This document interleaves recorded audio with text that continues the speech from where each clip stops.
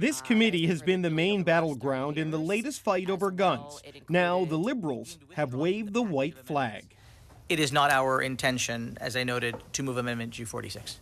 With those words, the Liberals scrapped controversial gun amendments, which critics argued unfairly targeted hunters. We have seen the most underhanded amendment in the largest hunting rifle ban in Canadian history, attempted in the most underhanded way. The Liberals tried to push through more than 300 pages of surprise amendments.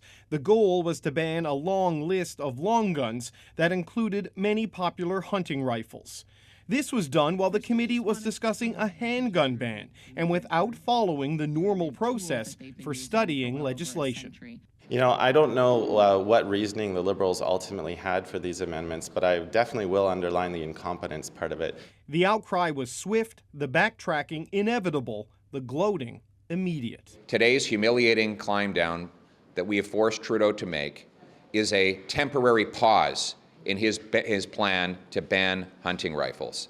He is doing this because he got caught. There's been a ton of reflection, and there will be more of it. But I am committed to charting out a course forward. The minister who drove this legislation is now in full reverse, trying to clean up this mess and make good on an election promise. The right focus, and the focus of the government, is to target those guns which have been used in mass killings, and obviously to respect hunting and trapping and First Nations traditions, which is part of the fabric of the Canadian identity.